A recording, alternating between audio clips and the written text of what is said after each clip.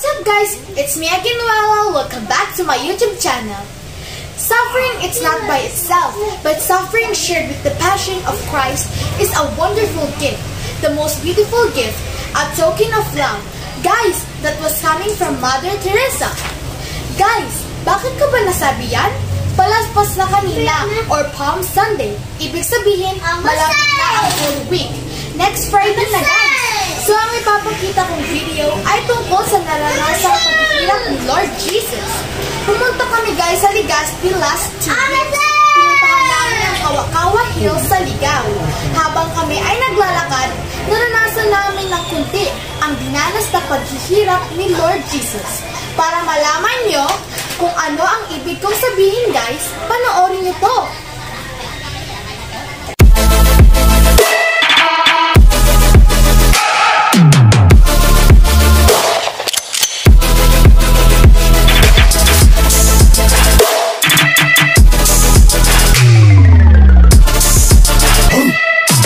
Guys, paakyat po dito ang daan. Ano? Ito, kawa-kawa dito sa akad to. Yoko. At doon may kampapa Jesus. Parking area. Nakakutsiman kita.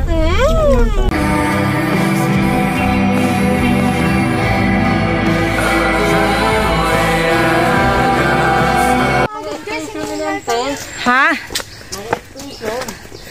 Ha?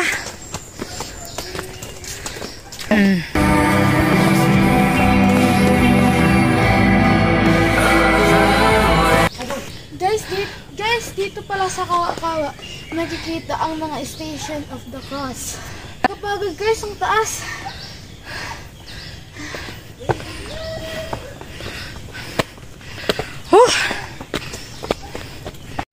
Tingnan nyo guys, pataas ang daan.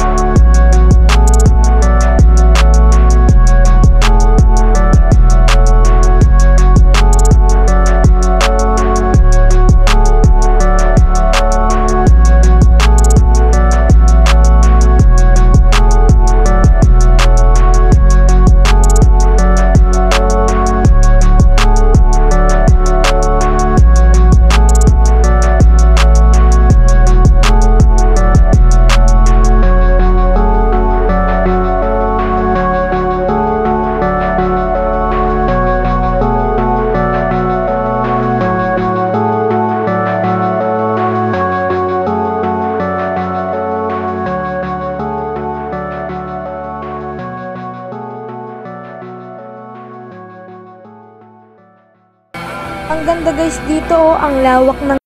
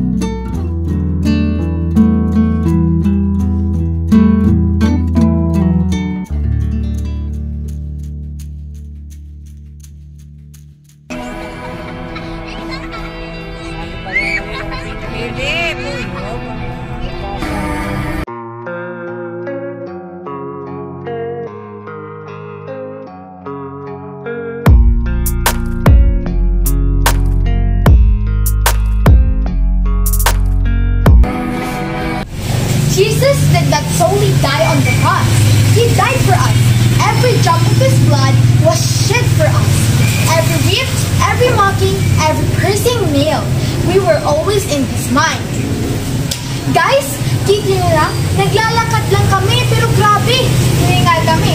Ang hirap, nakakapagod, grabe. Si Lord Jesus pa kaya? Bukod sa pinahirapan, may pasampang cross at pinako pa. Yun ay dahil sa ating mga kasalanan. Tinubos niya tayo, guys. Kaya, hindi lang tuwing Holy Week dapat nating maalala ang paghihirap ni Lord Jesus. Kundi, dapat araw-araw para palagi natang naaalala na mahal niya tayo. Kaya dapat, wag nating aalisin ang pagmamahal sa ating puso. Thank you guys for watching this video. If you enjoyed this video, please like, share, subscribe, and turn on the notification bell so you're updated for more newer videos. Bye guys! See you in my next vlog! Peace!